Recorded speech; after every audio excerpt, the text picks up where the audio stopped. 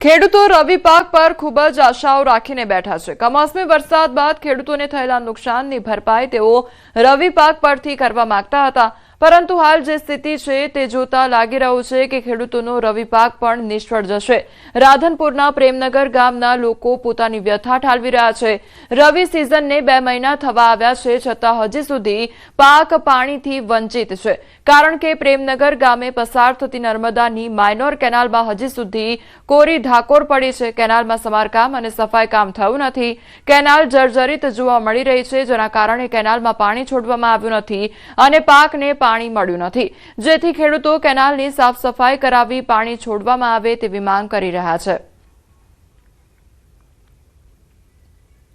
મીડિયાના માધ્યમથી અમે વિનંતી કરીએ છીએ કે જો દરેક ગામડાઓમાં આજે ખેતીના પાક માટે પાણી મળે છે, તો એવું પાણી જો અમારા ગામના ખેડૂતો માટે મળે તો ઘણું બધું બદલાઈ શકે તેમ છે। વારંવાર હું અરજી હાલવા છું પણ અરજી આલો છો પણ કોઈ સ્વીકારતા નથી, કામગીરી નહીં કરતા।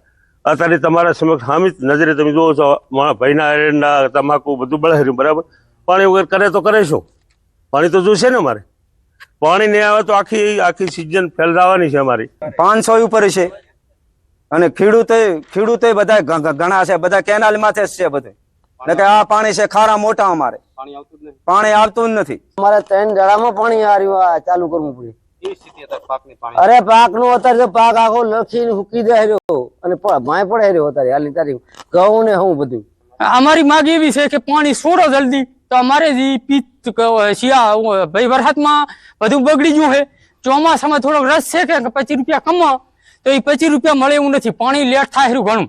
રવિ સિઝનની શરૂઆત થઈ ગઈ છે, ત્યારે રાધનપુર પંથકના ખેડૂતોને સિંચાઈ માટે પાણીની તાતી જરૂરિયાત ઉભા થઈ જવા પામી છે। દ્રશ્યો બતાવીશ।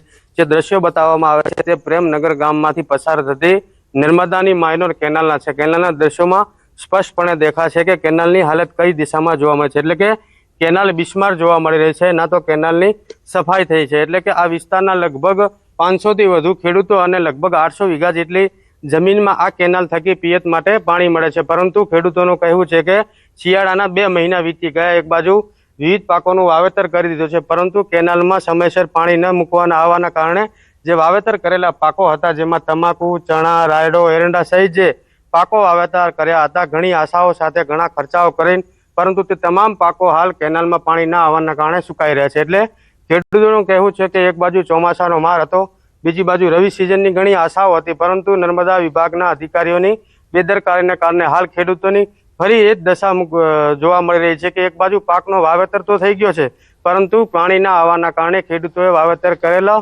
તમામ પાકો સુકાઈ રહ્યા છે અને ખેડૂતોએ જે ખર્ચાઓ કર્યા છે, જે ઓછી પાછીના કરીને પૈસા લાવી મોંઘા ખર્ચાઓ કર્યા હતા, ખેડ ખાતર લાવ્યા હતા, પરંતુ તમામ ખર્ચાઓ હાલ એડે જવાની સ્થિતિ છે। એટલે કે પ્રેમનગર ગામના ખેડૂતોની માંગ છે કે નર્મદા વિભાગના અધિકારીઓ સત્વરે કેનાલની સફાઈ કરી અને સમયસર પાણી છોડે તો વાવેતર કરેલ પાક બચી શકે છે, નહીંતર જે તમામ ખર્ચાઓ કર્યા હતા રવિ સિઝન માટે તમામ ખર્ચાઓ એડે જાય તેવી।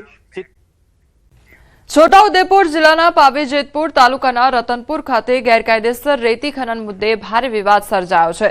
સ્થાનિક લોકોએ નદીમાં જનતા રેડ કરી 2 હિટાચી મશીન અને રેતીથી ભરેલ 4 ટ્રકો ઝડપી પાડી। રેતી ભરેલી ટ્રકો ખનિજ વિભાગના અધિકારીઓને બોલાવી સોંપવામાં આવી, પરંતુ સ્થાનિક યુવાનો દ્વારા ગંભીર આરોપ લગાવવામાં આવ્યા છે કે અધિકારીઓને આ ગેરકાયદેસર ખનનની સંપૂર્ણ જાણ હોવા છતાં કોઈ કાર્યવાહી કરવામાં આવી ન હતી। રાત દિવસ ગનમેનો 4 મૂકે છે, તો નદીમાં હાચવું બ્રિજ કહેલું જયારે આટલું મોટું 2 નંબર ચાલતું હોય તો એમને ધ્યાન થઈ ડિવિઝન પર શું રાખવાનું છે જરૂર છે એ લોકોને, કઈ ગનમેનો મૂક્યા છે અને એ મશીનો અહીં ચાલો। એટલે ગાડી આવી, અધિકારીને મેં કીધું કે મારી કને સવારના વિડીયો છે તમને બતાવું। પછી અધિકારીએ સીધા ગાડી અહીં આવ્યા અને એમની પાછળ અમે આવ્યા। પછી અહીંથી અધિકારીઓને કીધું કે અમે લઈને આ ગાડીઓ ખાલી ગાડીઓ લઈ જવા કહેતા હતા, એ ગાડીઓ લઈ જઈએ, અમે સીલ કરી દઈએ, અમને કાયદેસરની કામગીરી કરવા દો એમ। અમુક વ્યક્તિઓ દ્વારા ઇલીગલ કામગીરી થતી હોવાનું જાણ કરતા અહીંયા સ્ટોકમાંથી નીકળતા જે 4 વાહનો જોવા મળે, જે રેતી ભરેલી હતી, જેમાં જે વાહનોની તપાસ કરતા તેમાં પ્રાથમિક દ્રષ્ટિએ રોયલ્ટી ના હોવાથી ત્યાં રાખી મૂકેલ છે। અંદર લીજ વિસ્તારની આસપાસ લીજમાં ખાણકામ જે જોવા મળેલ તે જગ્યાએ જે 4-5 મશીનો હતા તે હાલ પૂરતી તપાસ અર્થે સીઝ કરીને અહીંયા સ્ટોક ઉપર મુકાવેલ છે। ભારતીય વાયુસેના સંગઠન ગુજરાત શાખા દ્વારા ગાંધીનગરના south western air command centre ખાતે ફ્લાઇંગ ઓફિસર નિર્મલજીત સેખોન પીવીસીના નામે 9મું વાર્ષિક સ્મારક વ્યાખ્યાનનું આયોજન કર્યું હતું। આ કાર્યક્રમમાં પદ્મ વિભૂષણ અર્જુન CDFC ભારતીય વાયુસેનાના માર્શલ એર માર્શલ નાગેશ કપૂર સહિતના અનુભવી અધિકારીઓ હાજર રહ્યા હતા। ઉલ્લેખનીય છે કે વાર્ષિક સ્મારક વ્યાખ્યાનનું આયોજન ફ્લાઇંગ ઓફિસર નિર્મલજીત સિંહ સેખોન તેમજ પીવીસીના બહાદુરી અને બલિદાનને શ્રદ્ધાંજલિ આપવા માટે કરવામાં આવ્યું હતું। તેમજ આ કાર્યક્રમનો ઉદ્દેશ્ય ભવિષ્યમાં વાયુ શક્તિ કેવી રીતે કાર્ય કરશે તેની ચર્ચા કરવાનો અને ભવિષ્યમાં જો કોઈ દેશ પર હુમલો કરે તો યોગ્ય જવાબ આપવા માટે વ્યૂહરચના ઘડવાનો છે। Part of it is this effort कि एक साल में हम एक बार ये मेमोरियल लेक्चर्स ऑर्गेनाइज करते हैं जिसमें हम बाहर से बहुत सीनियर और एक्सपर्ट स्पीकर्स को बुलाते हैं। ऐसी ही लड़ाई फ्यूचर में होगी ये हम नहीं कह सकते, लेकिन इससे जो भी हमको लेसन्स मिल रहे हैं उसको हम आगे जो अगर ऐसा कुछ होता है पाकिस्तान भारत के बीच में या पाकिस्तान चाइना के बीच में या किसी और देश के बीच में, तो हम इन सब चीज़ों को एक तरह से रिव्यू कर रहे हैं, उनको देख रहे हैं और फिर उसके बाद अपनी आगे की रणनीति बना रहे हैं। तो इसके मद्देनज़र हमारे पास दूसरा कोई ऑप्शन नहीं है जो एग्जिस्टिंग हमारी फ्लीट है उसको अपग्रेड करने के अलावा, इसलिए भारत ये कदम उठा रहा है। રસિયાઓ માટે ખૂબ સારા સમાચાર સામે આવ્યા છે। ઉત્તરાયણને લઈને અંબાલાલ પટેલ દ્વારા આગાહી કરવામાં આવી છે। 14મી જાન્યુઆરીએ પવન દેવમોજ કરાવી દેશે, ત્યારે ઉત્તરાયણ પર પવનની ગતિ સારી રહેશે અને મકર સંક્રાંતિ પર પવનની ગતિ વધુ રહેશે તેવું કહેવામાં આવ્યું છે।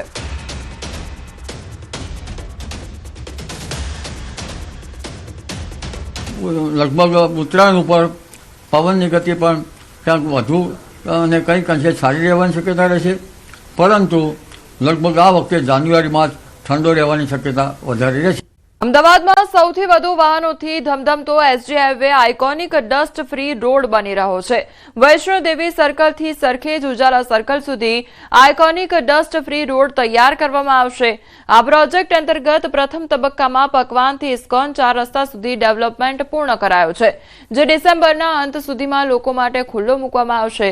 તો આગામી કોમનવેલ્થ ગેમ્સ અને ઓલિમ્પિક્સ જેવી વૈશ્વિક સ્પર્ધાઓ ધ્યાનમાં રાખીને અમદાવાદ મહાનગરપાલિકા દ્વારા શહેરમાં અતિ આધુનિક ઇન્ફ્રાસ્ટ્રક્ચર ડેવલપમેન્ટ કરવામાં આવી રહ્યું છે। સ્ટેન્ડિંગ કમિટી ચેરમેનનો દાવો છે કે પ્રોજેક્ટ અંતર્ગત પ્રથમ તબક્કામાં પકવાનથી ઇસ્કોન 4 રસ્તા સુધી ડેવલપમેન્ટ પૂર્ણ કરાયું છે। આ આઇકોનિક ડસ્ટ ફ્રી રોડ ડિસેમ્બરના અંતમાં ખુલ્લો મુકાશે, તો આ રોડ વિદેશને પણ ઝાંખા પાડે તેવું હાઈવે ફીલ આપશે।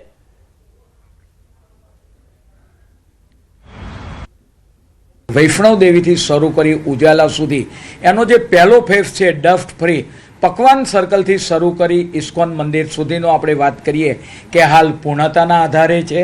આ રોડની અંદર લેન્ડસ્કેપિંગ, સિનિયર સિટીઝનો માટે બેસવાની વ્યવસ્થા, તદુપરાંત ત્યાં આગળ જીમ અને આપણે વાત કરીએ કે ફાઉન્ટેન, આવી રીતે એક આધુનિક કક્ષાનો આપણે વાત કરીએ કે સર્વિસ તૈયાર કરવામાં આવ્યું છે। એનો પ્રથમ ફેઝ લગભગ 1.5 કિલોમીટરનો પૂર્ણતાને આરે છે। ડિસેમ્બર મહિનાના એન્ડની અંદર આ જે છે પકવાનથી ઇસ્કોન જંકશન સુધીના રોડનું એને ખુલ્લો મૂકવામાં આવશે। અમદાવાદ શહેરનો એસજી હાઈવે હવે આઇકોનિક ડસ્ટ ફ્રી થવા જઈ રહ્યો છે।